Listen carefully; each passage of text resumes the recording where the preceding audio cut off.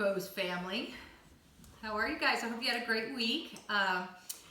Wanted to just talk about some of the training stuff. I know some of your issues with him are standard puppy issues, and some of them will get better for sure just with age. But let's just, since we're sitting here while I'm talking, he's going to be kind of needing to entertain himself. So number one rule is that you always have to have multiple toys that you are putting in a puppy's mouth anytime you want to interact with them, and pretty much all the time, because otherwise they're going to start chewing on the chair leg, or they're going to start chewing on their bed, especially when kids play with them and they get really worked up. Longer toys are better. They can get their mouth on them.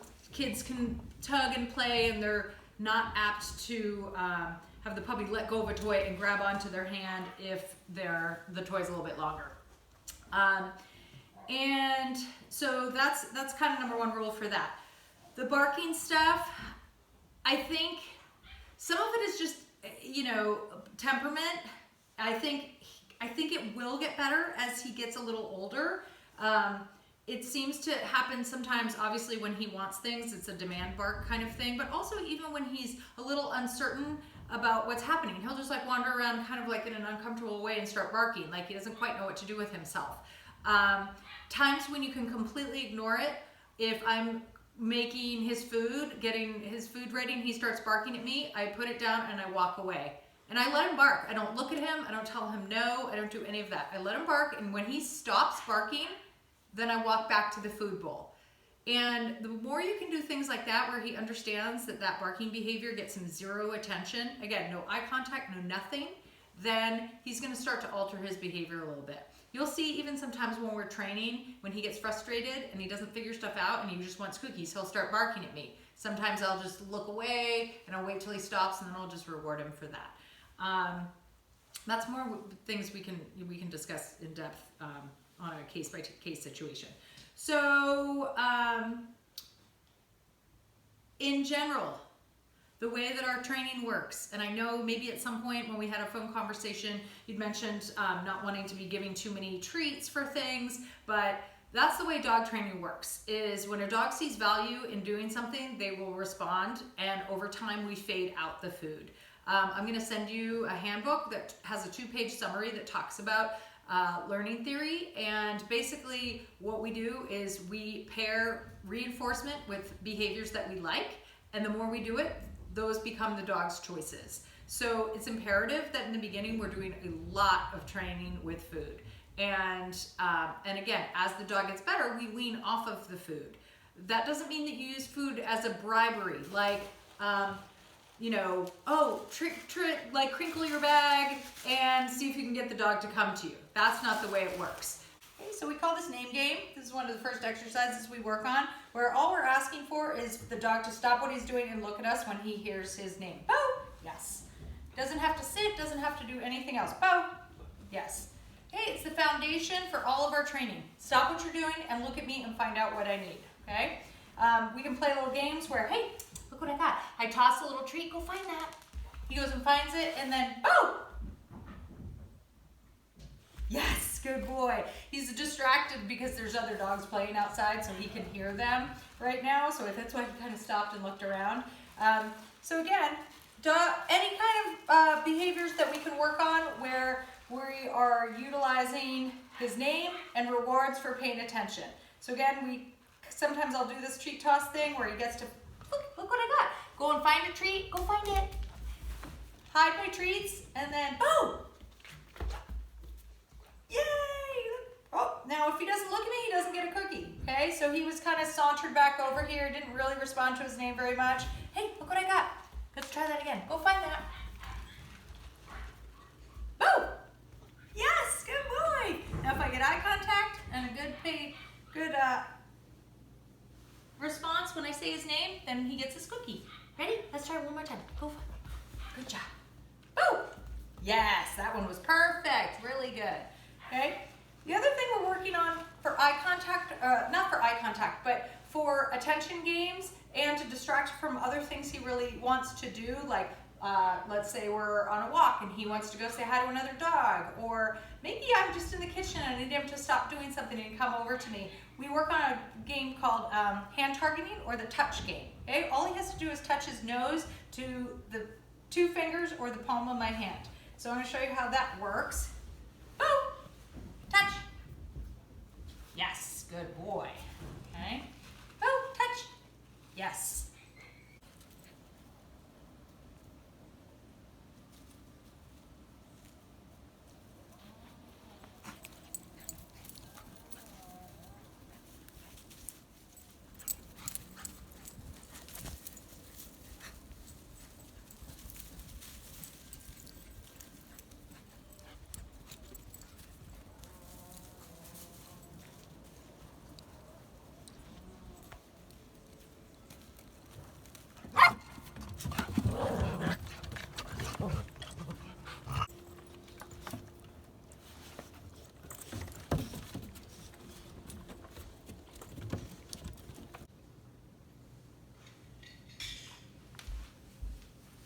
Perfect opportunity to work on drop it. Okay? So instead of taking something away, we need to think about trading so that the dog eventually loves that cue. Okay? So first I would try just by saying, "Oh, yes." And if he looks at me really nice, I'd give him a cookie for that, and then drop it. Yes. And then I'd trade him another treat.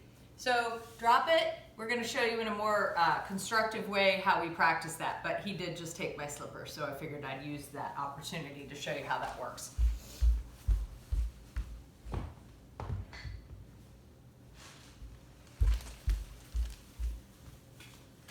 Okay, so when we're practicing drop it, we give him something he likes, but I need to think about trading him for something of equal or greater value. So treats are always hidden when we're practicing, and first thing I'm going to do is give the cue, drop it. If he doesn't readily let go, I'm going to show him what I have, give him that cookie, and then I'm going to offer him this back. In the beginning stages, I'm always going to keep my hand on this, so it's not completely his. We'll work up to letting go where he has to make that choice all on his own. Drop it. Yes, good boy. Take it. I'm going to let go right now, see what happens. Drop it. Yes. Always take that away. Give it back. Drop it.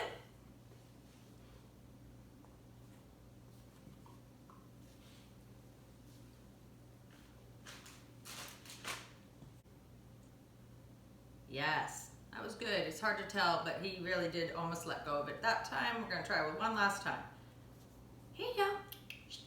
Take it.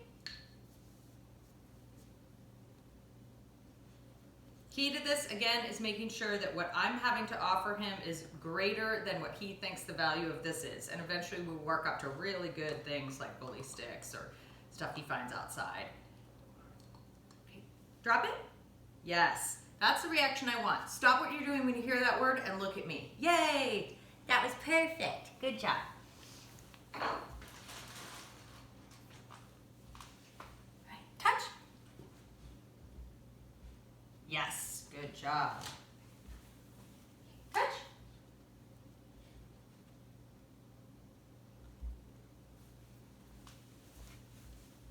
Touch. Yes, good. Touch. Yes, very nice. Good job. Touch. Yes, good. Okay, and let's go. Good job. All right, let's go to your bed.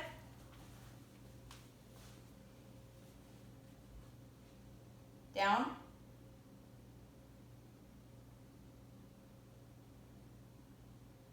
I'll let him think for a minute or two about what he needs to do in order to get rewarded, which is he knows when he goes to his bed, he's supposed to lie down. Oh, down.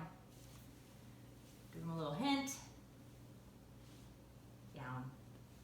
Yes, there you go.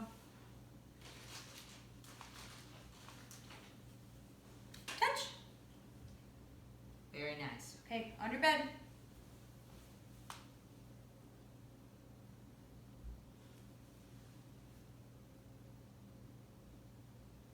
Yes, good boy.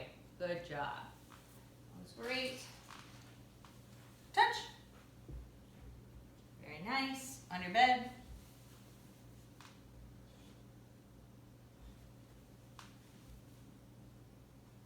Nice. Very good. That was a great job. Great job. And again, just a couple name games. Oh! Yes.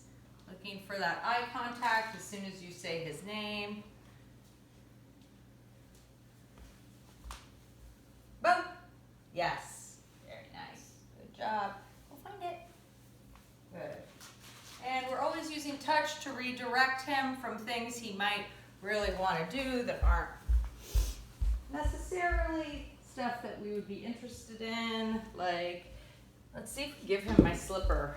If I can get him to go away from that. Oh, touch. Yes, so that was fantastic version of what that would look like. Okay, instead of telling him no, again, we could do the leave it cue, but what I really want to do is distract him from anything like eating chips off the ground, wood chips, or barking at another dog. Touch.